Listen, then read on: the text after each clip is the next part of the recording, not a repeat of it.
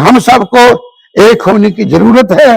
अगर हम एक हो देते हैं तो समझिए कि हम हिंदू समाज बच रहेगा, सुरक्षित रहेगा और मजबूत रहेगा। हमारे साथ बातचीत करने के लिए महंत महामंडलेश्वर रामेश्वर दास जी हैं और आज हम इनसे बातचीत करेंगे कि किस तरह से हिंदुओं का नरसंहार बांग्लादेश में योजनाबद्ध तरीके से किया जा रहा है और कई सारे सवाल जो है इस मुद्दे को लेकर पूछेंगे। मान जी, पहले आपको जय श्री राम। जय श्री राम। जय श्री राम। आपसे जानना चाहूंगा कि पाकिस्तान की बात हो, अफगानिस्तान की बात हो और अब बांग्लादेश के अंदर जो है, जो हिंदू माइनॉरिटी में है, लगातार कम होता जा रहा है और योजनाबद्ध तरीके से उनको जो है वहां से मजबूरन जो है उनके स्कूल मंदिर तोड़े जा रहे हैं। किस तरह से देखते हैं? बात यह है कि अगर हम हर व्यक्ति आत्मचिंतन करने की आवश्यकता है। आत्मचिंतन इसलिए करने की आवश्यकता है कि जब हम आत्मचिंतन करेंगे तो हम यह सोचेंगे कि हिंदू कहां से आया, मुसलमान कहां से बना, ईसाई कहां से बना और जो मत पंथ है वो कहां से बन रहे हैं। ये चिंतन करने की जरूरत है। अगर हम चिंतन करेंगे तो हम शुरू में देखेंगे कि हिंदू से ही मुसलमान बना है और हिंदू से ही ईसाई बना। जो भी बने हैं वो हिंदू से ही बने हैं। जब व्यक्ति पैदा होता है तो ना उसके सिर पर टोपी होती है, ना क्राइस्ट होता है, ना पगड़ी होती है। बिल्कुल। वो नंगा ही पैदा होता है, तो वो जन्म से ही हिंदू होता है। तो हिंदू बनने की आवश्यकता नहीं है। हिंदू तो अनादि है। और ये जिस तरह बंगाल में, बांग्लादेश में हिंदुओं का शोषण हो रहा है, हिंदुओं के मठ मंदिरों को नष्ट करके पुजारियों को केस डाले जा रहे हैं, मारे जा रहे हैं और हमारी मां बहन बेटियों के साथ जो बुरा व्यवहार कर रही है, ये कोई आज नई बात नहीं है।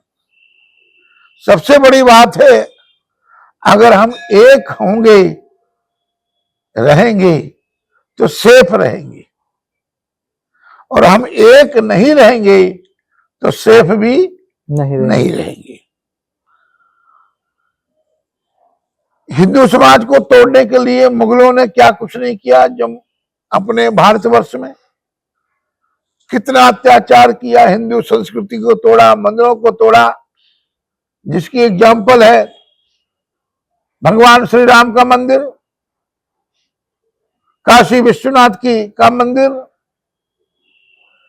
मथुरा में भगवान श्री कृष्ण का मंदिर, सोमनाथ में भगवान शंकर का मंदिर। ऐसे अनंत प्रमाण मिलेंगे जो मुगलों ने हिंदू समाज को कुचला। लेकिन पाकिस्तान के अंदर भी हिंदू जो है बिल्कुल ना के बराबर, जबकि काफी अधिक संख्या में थे। अफगानिस्तान के अंदर भी और अब बांग्लादेश के अंदर भी इस तरह से अत्याचार। कोई एक दिन की तो ये योजना है नहीं है, पिछले कई वर्षों से बांग्लादेश के अंदर जो है इस योजना को बनाने के लिए लगे। बात यह है कि जब हिंदुस्तान पाकिस्तान आजाद हुए थे, अलग अलग हुए थे, तब उस वक्त पाकिस्तान में हिंदुओं की संख्या कितनी थी। अब उनको इसलिए डराकर धमकाकर उनका शोषण करके उनको मुसलमान बनाया गया है। जो कुछ बचे हुए हैं वो भी नाक के बदौलत, वहां हमारे पीठे हमारी हैं, उनका भी क्या हाल किया गया है। तो ये नई बात कोई नहीं है कि मुसलमान का तो मत है, जो मुसलमान नहीं है वो काफिर है। जो मुसलमान तो हिंदू को काफिर मानता है कि जो नॉन मुस्लिम, जो मुस्लिम नहीं है, जो मुसलमान नहीं बना है, वो काफिर है। ये उनका सिद्धांत है। इसको कोई माने अथवा ना माने, हम अनदेखा करते हैं। और उन्होंने संकल्प लिखा है कि जब तक पृथ्वी से हम हिंदुओं को मुसलमान नहीं बना पाए, बनाना ही है, तब तक हमारा संकल्प पूरा नहीं होगा।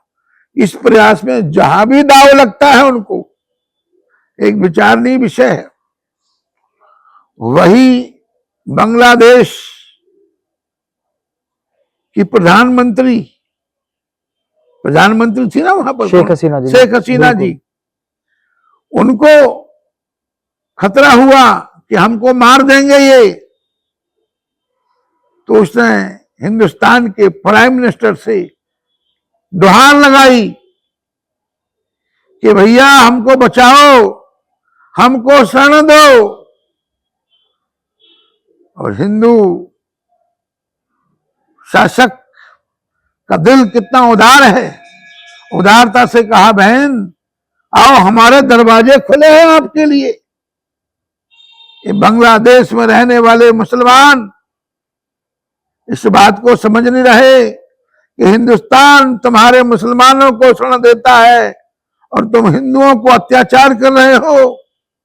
ये बहुत बड़ी साजिश है, इसकी हम घोर निंदा करते हैं और भारत सरकार से भी यही दरख्वास्त करते हैं कि हमारी कुछ ऐसी पॉलिसी बने कि ये जो मुसलमान लोग हैं ये कभी हिंदू समाज के सगे नहीं हो सकते हैं, अपने नहीं हो सकते हैं। बांग्लादेश में जिस तरह से नरसंहार हुआ और भारत के अंदर ही नहीं दुनिया में जहां भी हिंदू समाज है वो सड़कों पर उतरा, विरोध प्रदर्शन किया और एक स्लोगन में देख रहा था कि बटोगे तो कटोगे, वो काफी ज्यादा जो है इस समय मार्केट में लोग उस पर चर्चा कर रहे हैं। क्या है ये बात? यह है हिंदू समाज, आज हिस्ट्री को देखेंगे आप तो जब भी अंग्रेज आए तो हमारा हिंदू गद्दार बना, मुगल आए हिंदू गद्दार बना, ईसाई आए हिंदू गद्दार बना।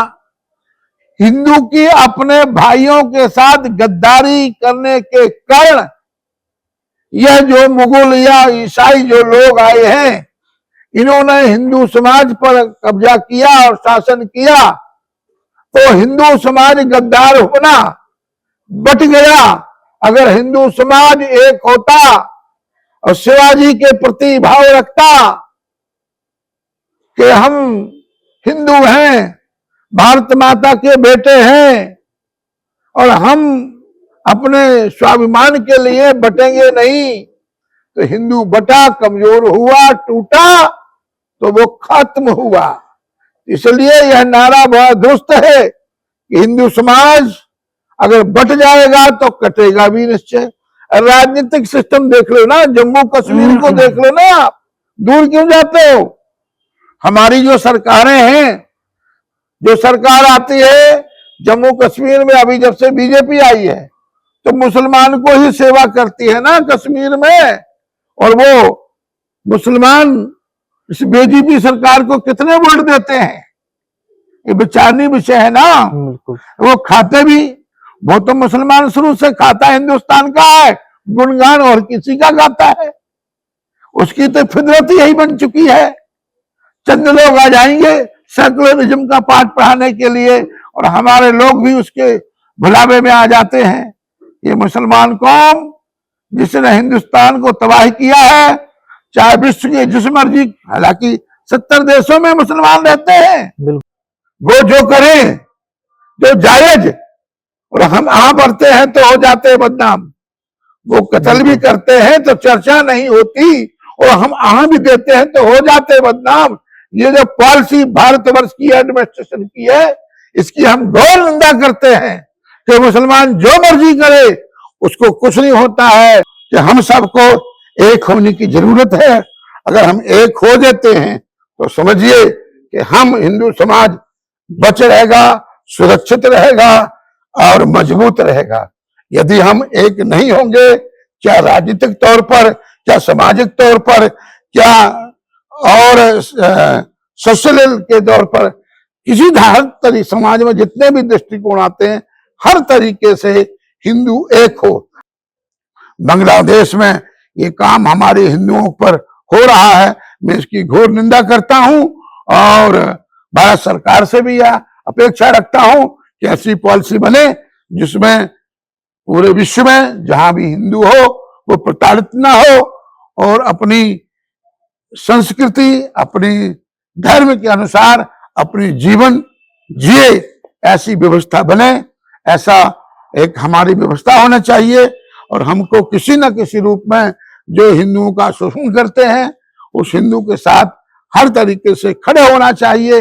मुसलमान कुछ हो जाता है तो वो एक हो जाता है और हम लोग एक नहीं होते हैं, ये हमारा दुर्भाग्य है। मैं समझता हूं क्या राजनीतिक तौर पर, क्या धार्मिक तौर पर, क्या सामाजिक दृष्टि से, क्या आर्थिक दृष्टि से, हर दृष्टि से हमको एकता का होना चाहिए और एक के दूसरे के साथ प्यार और लगाव, अपनापन का संबंध रखना चाहिए।